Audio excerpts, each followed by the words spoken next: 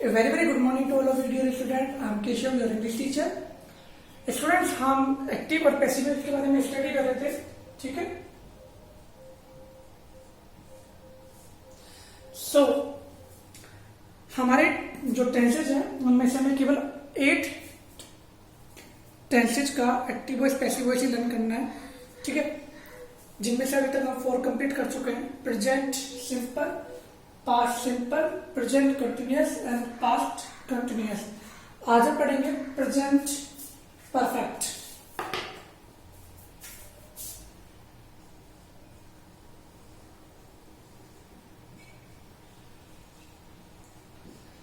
Present perfect का active voice और past perfect का एक्टिव वॉइस।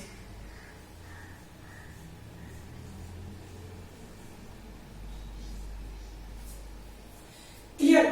प्रेजेंट परफेक्ट का जो एक्टिव वॉइस होगा उसमें सबसे पहले सब्जेक्ट दिया होगा और उसके बाद में फिर आपको यहां पर हेल्पिंग वर्ब जो कि हैज एंड हैव दी होगी और यहां पर मेन वर्ब की थर्ड फॉर्म के बाद में ऑब्जेक्ट आपको मेंशन होगा। क्लियर। इसी तरीके से पास्ट में क्या होगा, यहां पर एक्टिव वॉइस में वेट,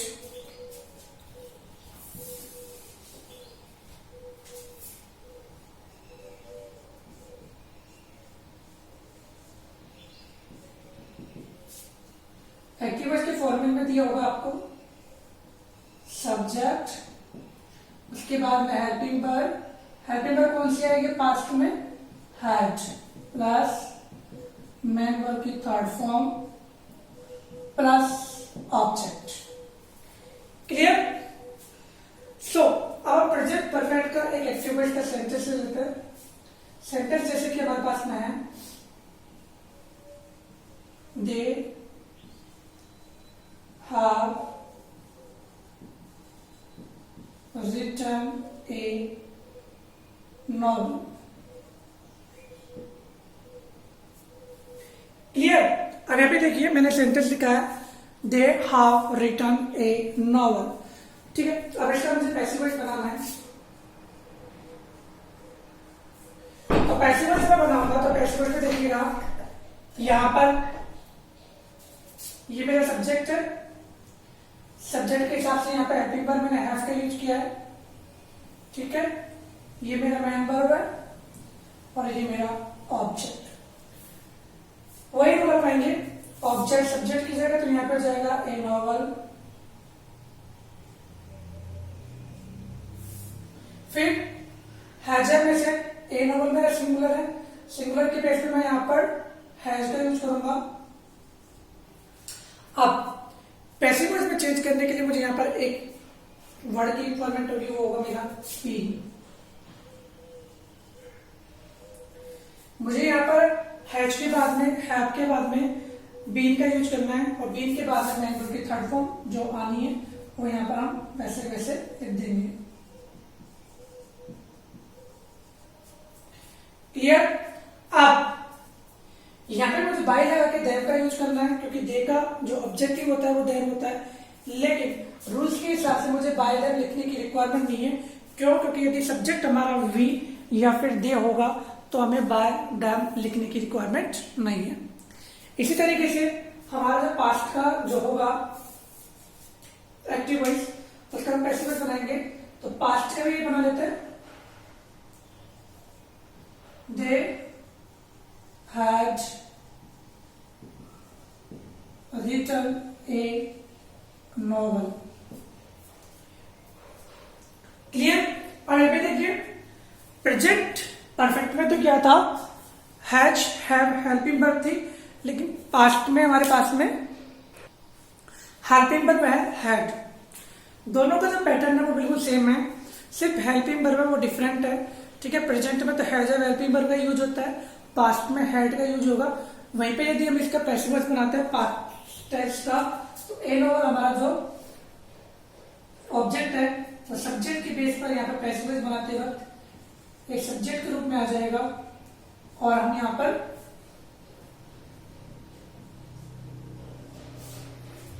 हेल्पिंग वर्ब है तो हेड ही रखेंगे, और इसके बाद में हमने यहाँ पे बीन ऐड करेंगे, क्योंकि हमने भी यहाँ पे हेल्पिंग वर्ब के बाद में बीन ऐड किया था। यहाँ पे हेल्पिंग वर्ब के बाद में बीन ऐड किया, और उसके बाद में फिर मेन वर्ब की जो थर्ड फॉर्म दी हुई है ऑलरेडी, वो वैसे वैसे लिख देंगे, और उसके बाद में बाय द लिखने की यहाँ पर रिक्वायरमेंट नहीं है। सेंटेंस मेरा अफर्मेटिव है तो लास्ट में फुल स्टॉप आ जाएगा। आई थिंक प्रेजेंट परफेक्ट और पास्ट परफेक्ट आपको समझ में आ गया होगा। केवल आपको क्या करना है, हेल्पिंग वर्ब जो दी हुई है वो का वही रहेगा, लेकिन आपको सिर्फ हेल्पिंग वर्ब के बाद जो आप एक्टिव वॉइस को पैसिव वॉइस में चेंज करते हो, तो हेल्पिंग वर्ब के जस्ट बाद में आपको बीन ऐड करना है, और मेन वर्ब की थर्ड फॉर्म आपको पता है पैसिव वॉइस में हमेशा रहेगी, तो मेन वर्ब की थर्ड फॉर्म ऑलरेडी वहां पर दी हुई है। सो इस प्रकार हमने प्रेजेंट परफेक्ट और पास्ट परफेक्ट आज क्लियर किया है। ठीक है, नेक्स्ट अभी मैं आपको दूसरे वाले जो फ्यूचर के बच्चे हुए हमारे दो, क्योंकि फ्यूचर में सिर्फ प्रेजेंट इंडेफिनिट और present perfect, sorry future indefinite और फ्यूचर परफेक्ट ही हमारे सिलेबस, मतलब कि हम उन्हीं का ही एक्टिव से पैसिव बना सकते हैं। बाकी फ्यूचर कंटिन्यूस और फ्यूचर परफेक्ट कंटिन्यूस का हम एक्टिव से पैसिव चेंज नहीं कर सकते। फ्यूचर इंडेफिनिट का हमारा जो फॉर्मूला होगा वो आप एक बार देख लीजिएगा। फ्यूचर इंडेफिनिट में आपके पास में हमारा जो एक्टिव वॉइस का जो स्ट्रक्चर होगा वो होगा सब्जेक्ट, सब्जेक्ट के बाद में हेल्पिंग वर्ब जो कि हमारे शैल विल रहेगा। ठीक है, शैल के बाद में फिर हम मेन वर्ब की फर्स्ट फॉर्म का यूज करते हैं, उसके बाद फिर ऑब्जेक्ट, ऑब्जेक्ट के बाद में जो भी वहां पर आया हुआ है मेंशन करके लास्ट में फुल स्टॉप का यूज करेंगे। यहाँ पर शेल के साथ तो आई और वी, और बाकी अदर जो सब्जेक्ट है, रिमेनिंग जो सब्जेक्ट्स हैं उनके साथ हम विल का यूज करेंगे। जब इसे पैसिव वॉइस में चेंज करते हैं तो ये ऑब्जेक्ट मेरा सब्जेक्ट बनकर आ जाएगा। क्लियर, और यहाँ पर हेल्पिंग वर्ब जो शेल विल है वो शेल विल रहेगी। मुझे यहाँ पर एक चीज ऐड करनी है, वो है बी, बीई। ठीक है, और उसके बाद में जो मेन वर्ब की जो भी आई हुई है उसका थर्ड फॉर्म यहाँ पे हो जाएगा, और बाय ऐड करके मैं इस सब्जेक्ट को ऑब्जेक्ट में चेंज कर दूंगा। ये सब्जेक्ट मेरा ऑब्जेक्ट में चेंज हो जाएगा। क्लियर, और उसके बाद में एटीसी जो भी बच्चा है वहां पर मेंशन कर देंगे। एक बार इसका एग्जांपल ले लेते हैं, जैसे कि एक्टिव वॉइस का एग्जांपल है, Sita will buy a house। Active voice का सेंटेंस जो है आप एक बार चेक करके देखिएगा। Sita will buy a house, यहाँ पर मैंने सीता के साथ विल का यूज किया है, क्योंकि यहाँ पर सीता एक सिंगुलर है और सिंगुलर के साथ मैं विल का यूज करूंगा। आईडी को छोड़कर मुझे यहाँ पर विल का यूज करना है, जो भी सब्जेक्ट होगा। इसका जब मैं पैसिव वॉइस चेंज करूंगा तो ए हाउस मेरा सब्जेक्ट की जगह आ जाएगा। ठीक है, सब्जेक्ट मैंने लिख दिया। अब मुझे हेल्पिंग वर्ब विल का यूज करना है। अब हेल्पिंग वर्ब में इसके बेस पर करूंगा यूज। ठीक है, ए हाउस के साथ यहाँ पे विल का यूज करेंगे। हेल्पिंग वर्ब यूज कर चुके हैं। अब भी यहाँ पर मैंने बी ऐड किया। ऐड करने के बाद मेन वर्ब की थर्ड फॉर्म में बाय की थर्ड फॉर्म में लिखनी है, बाय की होगी बॉट। क्लियर, थर्ड फॉर्म में लिख चुके हैं। उसके बाद में बाय ऑब्जेक्ट जो कि मेरा सब्जेक्ट ऑब्जेक्ट चेंज हो जाएगा, सीता। ये मैंने एक्टिव से पैसिव में चेंज किया है। हमारा फ्यूचर इंडेफिनिट भी क्लियर हो चुका है। कहीं पे भी कोई भी प्रॉब्लम आ रही हो प्लीज उसे मेंशन करके तक देख लीजिएगा। क्लियर, अब लास्ट टाइम हमारे पास में फ्यूचर विथ। नेक्स्ट देखिएगा कि अब हमारा फ्यूचर परफेक्ट जो टेंस है उसका जो पैटर्न होगा वो होगा, सबसे पहले सब्जेक्ट आएगा, सब्जेक्ट के बाद में फिर हेल्पिंग वर्ब जो कि हमारी शैल विल होगी, और उसके बाद में हैव, और हैव के बाद मेन वर्ब की थर्ड फॉर्म, हैव के बाद मेन वर्ब की थर्ड फॉर्म, और उसके बाद ऑब्जेक्ट, और ऑब्जेक्ट के बाद में हम जो भी वहां पर मेंशन होगा वो लिख सकते हैं। जब इसका पैसिव वॉइस में चेंज करेंगे तो सब्जेक्ट ऑब्जेक्ट का हमारा सब्जेक्ट में चेंज हो जाएगा। हेल्पिंग वर्ब हम सब्जेक्ट को नहीं शैल विल का यूज करेंगे, उसके बाद में हैव का यूज करेंगे, और हैव के बाद बीन ऐड करके वहां पर मेन वर्ब की थर्ड फॉर्म का प्रयोग करेंगे, और फिर वहां पर बाय ऐड करके सब्जेक्ट को ऑब्जेक्ट में चेंज करेंगे, और वहां पर जो भी लास्ट में बचा होगा वो हम मेंशन कर देंगे। तो एक्टिव वॉइस का जो पैटर्न होगा वो हमारा, यहाँ पर हम एक्टिव वॉइस का सेंटेंस लिख लेते हैं।